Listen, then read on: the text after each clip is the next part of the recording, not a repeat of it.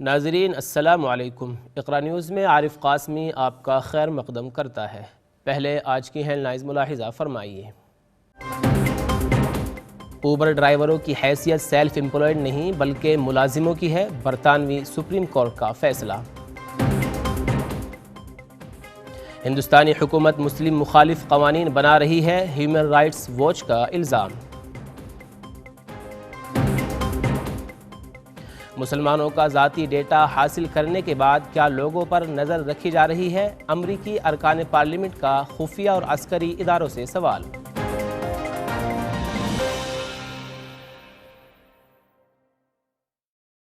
آئیے اب چلتے ہیں خبروں کی تفصیلات کی جانب۔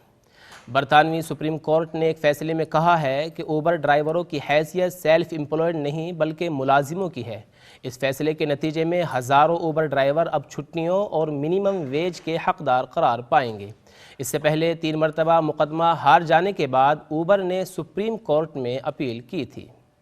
The Employment Tribunal was right to find that Uber drivers are workers who therefore qualify for the rights conferred on workers by employment legislation.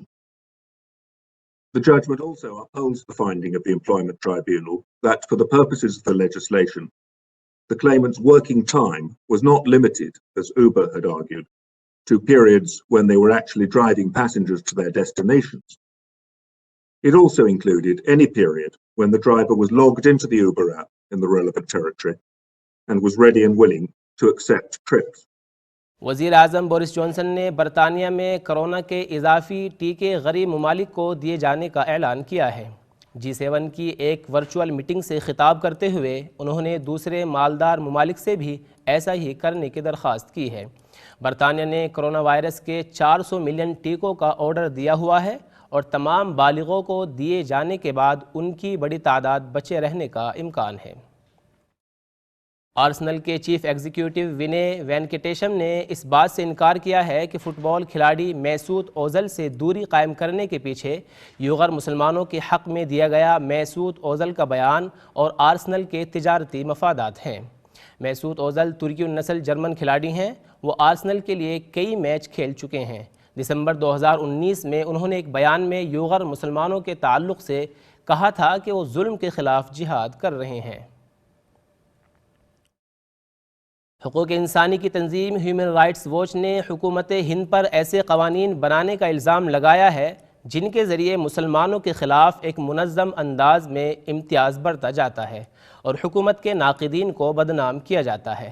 Report میں کہا گیا ہے کہ اس الزام سمیت کہ BJP کے لیڈر پرامن مظاہرین پر حملوں میں ملوث تھے، حکومت نے کوئی قابل اعتماد اور غیر جانبدارانہ تحقیقات نہیں کروائی اور الٹے مظاہرین اور ایکٹیوسٹ کو ہی نشانہ بنایا گیا۔ ہیومن رائٹس واچ کی رپورٹ دہلی کے مسلم کش فسادات کی پہلی برسی سے ایک ہفتہ قبل آئی ہے۔ یاد رہے 23 فروری 2020 کو انتہا پسند عناصر نے مشرقی دہلی میں شہری قوانین ترمیمی بل کے خلاف احتجاجیوں پر حملہ کر کے علاقے کو فسادات کی آگ میں جھونک دیا تھا۔ ان فسادات میں 53 اموات ہوئی تھیں جن میں 40 مسلمان تھے۔ اقوام متحدہ میں انسانی حقوق کے ماہرین نے کہا ہے کہ جموں کشمیر کی خود مختاری ختم کرنے اور نئے قوانین متعارف کرنے کے ہندوستان کے فیصلے سے وہاں کے مسلمانوں اور ملک کی دیگر اقلیتوں کے پہلے والی سیاسی شراکت داری کم ہو جائے گی۔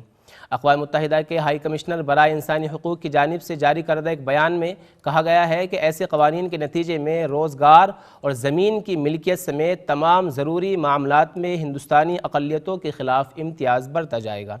رپورٹ میں الزام لگایا گیا ہے کہ باہر کے لوگوں کو جموں کشمیر کی شہریت کے سرٹیفکیٹس جاری کیے جا رہے ہیں جس سے وہاں کی آبادی کا لسانی اور مذہبی تناسب متاثر ہوگا، جس پر یوں بھی پہلے ہی سے عمل جاری تھا۔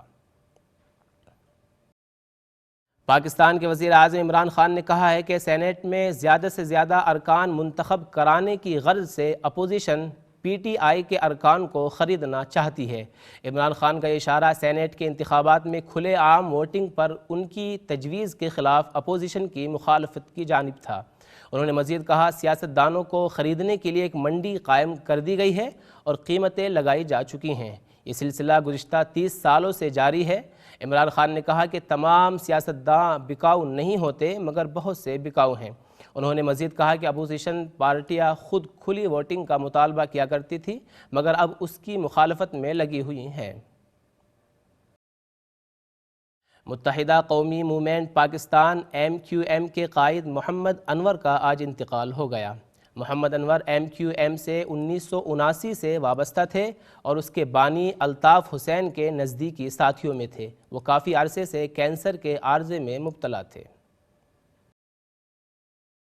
امریکی ارکان پارلیمنٹ نے مشترکہ طور پر لکھے گئے ایک خط میں عسکری اور خفیہ اداروں کے ذمہ داران سے مطالبہ کیا ہے کہ وہ معلومات فراہم کرے کہ ایک معروف مسلم ایپ سے لوگوں کا ذاتی ڈیٹا خریدنے کے بعد کیا کسی امریکی شہری پر بھی نظریں رکھی گئی تھی۔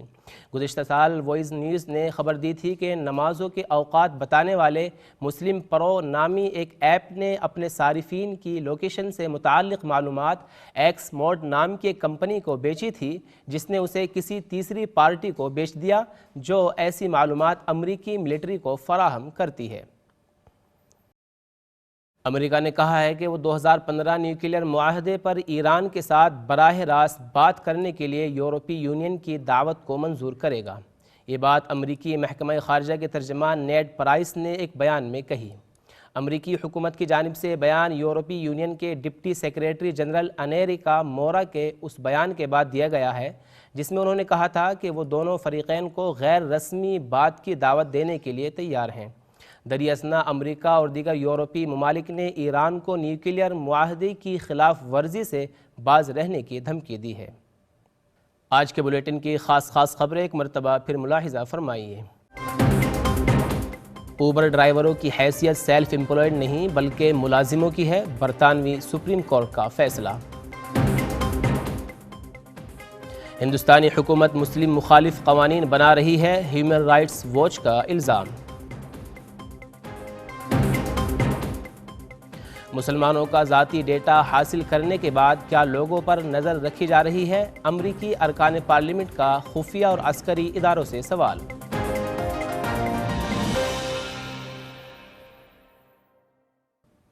اب خبروں کا وقت ختم ہوا چاہتا ہے، اگلے بلیٹن تک اجازت دیجیے۔ اللہ حافظ۔